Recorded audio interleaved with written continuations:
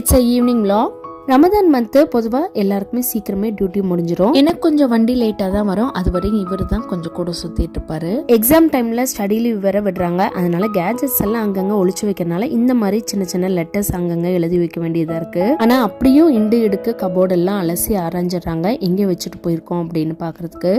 இதை பார்த்தா அரைக்கீரை மாதிரி இல்லைன்னு சொன்னா ஊரே இந்த கீரை தான் அரைக்கீரைன்னு வாங்குது, உனக்கு என்ன அப்படிங்கிறாங்க.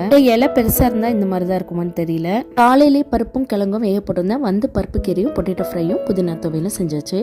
ஊர்ல இருந்து அரைச்சு வர மல்லி மிளகாய பால்கனியில் அடிக்கிற வெயில்ல அடிக்கடி காய வச்சு ஜல்லிச்சு எடுத்து வச்சாச்சு. இப்போ எல்லாம் பசங்களோட சேர்ந்து நம்மளும் படிச்சு பாஸ் ஆகி அடுத்த கிளாஸ்க்கு ப்ரொமோஷன் ஆகிட்டு இருக்கோம். இந்த பசங்க கூட நம்மளும் ஒன்னா உட்காந்து படிச்சாதான் கொஞ்ச நேரமாச்சு உட்கார்றாங்க, இல்லாட்டி விளையாட்டுத்தனமா எந்திரிச்சிருவாங்க. நம்ம ஒரு வேலையாவோ போனோ எடுத்துட்டோம்னா முடிஞ்சு போச்சு. புக்கு மூடி வச்சுட்டு மீன் மாதிரி நழுவிடுவாங்க. இப்ப இருக்கிற பசங்களை இப்படிதான் படிக்க வைக்க வேண்டியதா இருக்கு. நெக்ஸ்ட் ஒரு இன்ட்ரெஸ்டிங் vlogல பார்க்கலாம். பாய்.